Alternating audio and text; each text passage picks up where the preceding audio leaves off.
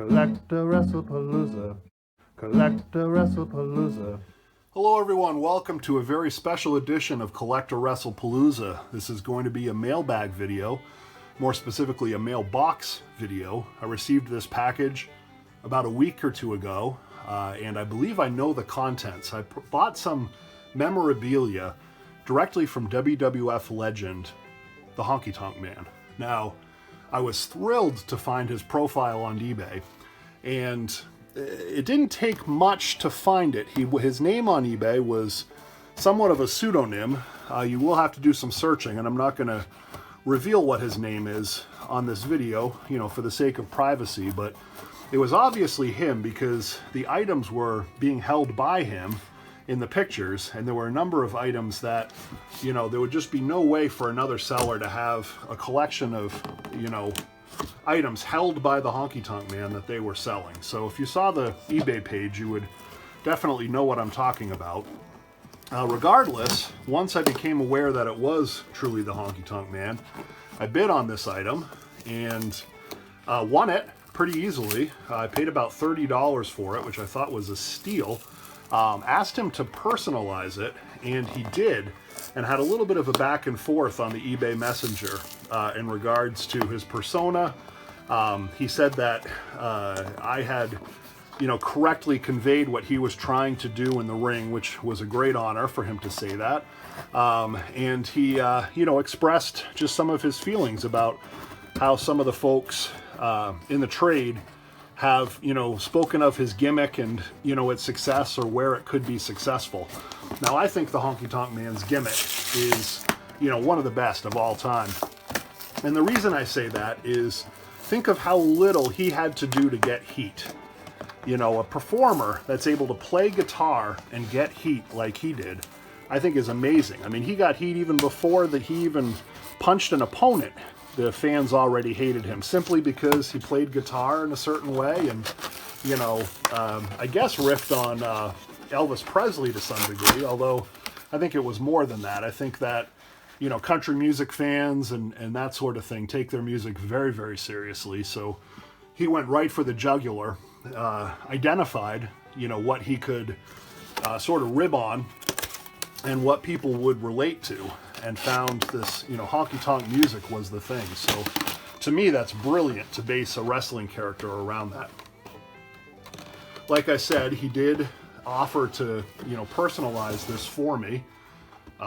This is the first time I'm seeing it, of course.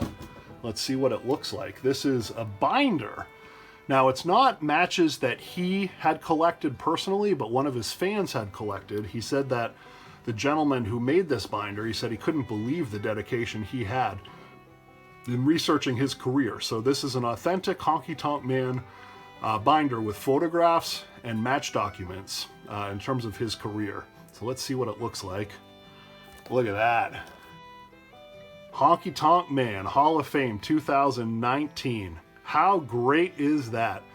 Now, I don't even care. I know that, the collectability of these, you're not supposed to have anything personally signed. In other words, it shouldn't say to Tom if I ever wanted to resell this, but this isn't anything I would resell. This is based on my, interaction with the Honky Tonk Man. Being a kid, watching him wrestle, sort of understanding his gimmick and how great it was that everyone hated him. And now, as a 40-something-year-old man, being able to actually interact with the Honky Tonk Man and get a personalized piece of memorabilia. Oh, and he personalized it on the inside as well. Looks like this first page came out. I'm going to reinsert that. Like I said, I'll do a quick page turn here. I don't think there's anything too compelling in here, except that it's an artifact of, how one fan documented his career, before the internet and computers and all of that stuff. So it says his vital statistics here. Roy Wayne Ferris is his name, 6'1", 255. Born in 1953 in Tennessee, Dicksburg, Tennessee. Well, that makes sense for his gimmick. I did ask the Honky Tonk Man if he ever wrestled in Memphis. I said that, having him wrestle in Memphis as the Honky Tonk Man would have been just amazing. I could only imagine the heat he would draw, particularly against a foe like Jerry Lawler. It does look here like at the beginning of his career, He did wrestle in Memphis, but I don't know if he was actually the Honky Tonk Man by that point. Now, his cousin, of course, was Jerry Lawler, so, you know, can only imagine what fun they would have had wrestling each other, Honky Tonk Man using the Elvis Presley gimmick. So here, this is just all of his matches. Look at all of this. 1978, 1979, all of these in Memphis. This is all in the Tennessee area, of course, where he grew up, it sounds like. Coco Beware, although it's called Coco Ware at that point. Wrestling Jimmy Valiant quite a bit. Bill Dundee I see in here. Oh, there he is with Jerry Lawler. Lost to Joe Sleduc and Jean Louet. But of course, this is probably before he was named the Honky Tonk Man. Lots of matches with Larry Latham. Eddie Gilbert is in here. That's another name. See if I see any more. So yeah, I'm just going to flip through these pretty quickly here, because I think after the match documents, there's going to be some pictures. Kevin Sullivan, wrestled a lot against him, versus Jack Briscoe in 1981. How about that? Jack Briscoe, of course, a Hall of Famer. And if you look at my last mailbag video, or maybe 2 mailbag videos ago, you see I purchased a Jack Briscoe 1970s wrestling card. Match against Jay Strongbow. Who else here do I recognize? Ron Starr. Lots of matches against Ron Starr. Must have had a nice run with him during that time. Mr. Hito, the Cuban Assassin. Pedro Morales. Now we're getting into 80s, so I bet this is going to be more of the WWF stuff as we get into the late 80s here. Ricky Steamboat, Randy Savage, Coco Beware, Jake Roberts. Yeah, this is his run, and of course the Federation. Oh, he teamed with Bret Hart and Jim Neidhart, 6-man tags against Randy Savage, Jim Duggan, and Rick Steamboat in Toronto, Ontario.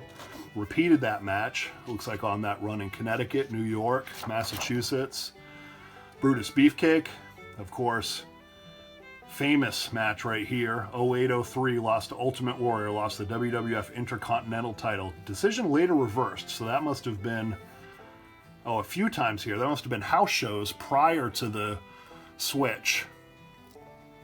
Because we know that he famously did lose to Ultimate Warrior when he lost his Intercontinental Championship. And I still consider Honky Tonk Man to be the greatest Intercontinental Champion of all time. No doubt about it. His persona was made for that title. He was the perfect heel to hold on to a belt, I think. Lots with Greg Valentine here, Bret Hart, Jim Neidhart. Wow. 1993, do you know that Honky Tonk Man lost to Killer Kowalski by disqualification? All right, I'm going to skip through these here. Looks like 2003, 2004, 2008. And then he stopped compiling, or maybe it was his last matches in 2009. Let's see if we can see some of these other pictures here. The Blonde Bombers are frantic for a shot at Graham and Kern. These are some early pictures of Honky. Look at this. Wow! Look at this picture on the right here. Honky Tonk just testing this singing gimmick, it looks like. Got 4 stars on his vest. Calgary's own All-Star Wrestling. Stampede. He did mention he wrestled a lot in Stampede. Honky Tonk Wayne versus Ron Starr. Other pictures of Honky here. We see Davey Boy Smith. Dynamite Kid. Looks like they're top billing. Very, very talented performers as well. Honky with a tag team championship, it looks like. Honky Tonk Wayne and Ron Starr. Oh, I recognize that guy. That's Chris Benoit on the right. Wrestling Honky. Look at this, the Cuban Assassin mentioned earlier. Honky with a cigar. And then some pictures are with words, looks like out of a newspaper. I'll have to read these articles later. This will be great. I'll have this on my nightstand. WWF Magazine. Pictures of Honky, the Intercontinental Championship with Ricky Steamboat. An article from his high school. Honky's high school pal tells all.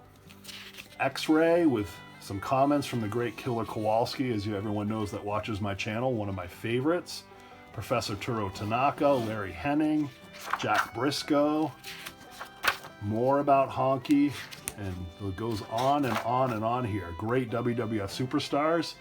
Doesn't that bring you back? It's got Matilda featured.